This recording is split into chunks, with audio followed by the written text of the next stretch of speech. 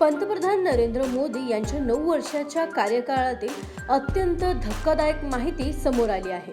विविध बँकांचे मिळून तब्बल 24.95 लाख कोटी रुपये कर्ज माफ करण्यात आले. गुजरातमधील सुरत शहरातील सामाजिक कार्यकर्ता संजय एझावा यांनी माहितीच्या अधिकाराद्वारे रिझर्व्ह बँक ऑफ इंडियाकडून ही माहिती मिळवली आहे. या संदर्भात 17 आणि 18 ऑक्टोबर रोजी फ्री प्रेस जर्नल आणि द ब्लंट टाइम्स या दोन माध्यम समूहांनी ही बातमी दिली आहे. एनडीए सरकारच्या 2 कार्यकाळात म्हणजेच 2014 ते 2023 दरम्यान भारतातील सार्वजनिक बँकांचे 10.41 लाख कोटी रुपये कर्ज माफ केले. अनुसूचित व्यावसायिक बँकांमार्फत 14.53 लाख कोटी रुपयांची अतिरिक्त कर्ज राईट ऑफ करण्याची परवानगी देण्यात आली. या 2 राईट ऑफ कर्जाची एकूण बेरीज तब्बल 24.95 लाख कोटी रुपये आहे. सर्वात आश्चर्याची गोष्ट म्हणजे प्रस्थापित राष्ट्रीय मीडिया हाऊसेस किंवा आर्थिक बातम्या आउटलेट्स कडून याबद्दल कोणतीही माहिती बाहेर आलेली नाही.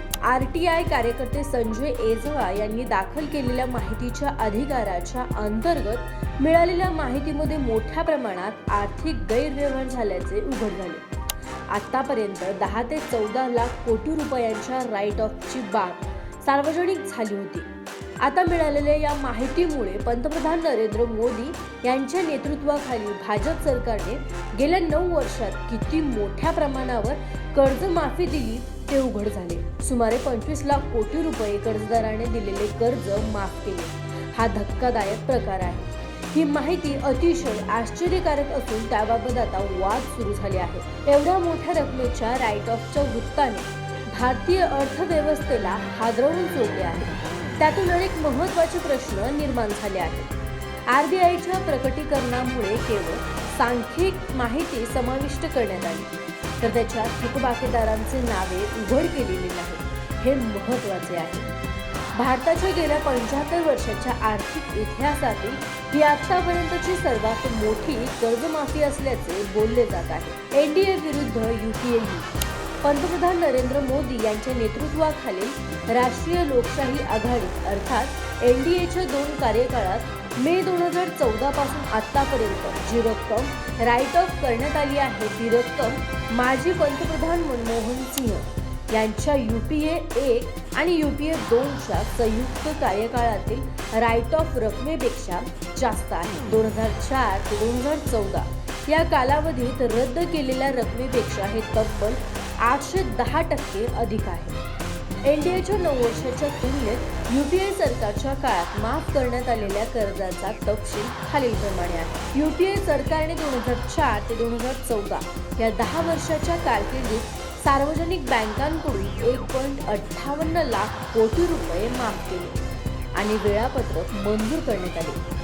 व्यावसायिक बँकांमार्फत 2.17 लाख कोटी रुपये म्हणजेच एकूण 3.76 लाख कोटी रुपये राईट ऑफ करण्यात आले. या तुलनात्मक अभ्यासाला आणखी आश्चर्यकारक बनवणारी गोष्ट म्हणजे वर्षाला लिहून दिलेली रक्कम यूपीए सरकारने आपल्या 10 वर्षाच्या कार्यकाळात वार्षिक सरासरी 37,600 कोटी रुपये माफ केले होते.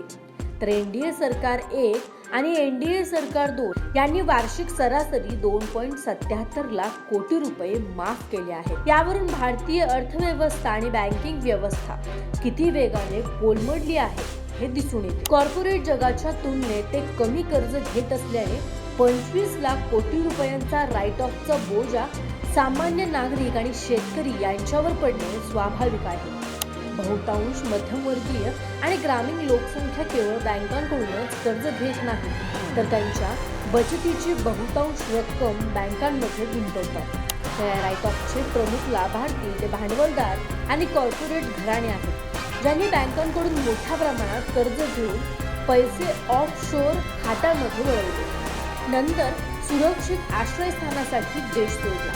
ललित मोदी, नीरव मोदी, विजय मल्ल्या अशा किमान 22 ते 25 कर्जदारांनी आपला गाशा गुंडाळून देश सोडला. रिझर्व्ह बँक ऑफ इंडियाने कर्जदारांवरील डेटा संकलित, संग्रहित आणि प्रसारित करण्यासाठी central repository of information on large credits ची स्थापना केली. जून 2023 पर्यंत CRILC ने आव्हान दिलं आहे की शेड्यूल कमर्शियल बँकांनी 5 कोटी रुपयांपेक्षा जास्त कर्ज असलेली 3,973 खाती राईट ऑफ केली आहे. एवढ्या मोठ्या प्रमाणातील खात्यांमध्ये एवढ्या मोठ्या रकमेचा मुद्देमाल राईट ऑफ केला जाणे हे प्रकरण किती मोठे आहे हे दाखवते. एनडीएच्या 9 वर्षाच्या कारकिर्दीतही काही प्रमाणात वसुली झाली आहे. अनुसूचित व्यावसायिक बँकांनी 25 लाख कोटी रुपये राईट ऑफ केले आणि त्यापैकी केवळ 2.5 लाख कोटी रुपये म्हणजेच एकूण रकमेच्या 10% वसूल झाले आहे. अशा स्थितीत एक महत्त्वाचा प्रश्न निर्माण होतो की भारत सरकारला आतापर्यंत केवळ 10%च कर्ज का वसूल करता आले आहे. भाजपला त्यांच्या दोन्ही टर्ममध्ये पूर्ण बहुमत मिळाले आहे. त्यामुळे प्रादेशिक पक्षांच्या माध्यमातून कॉर्पोरेट घराण्यांचा दबाव त्यांच्यावर नव्हता.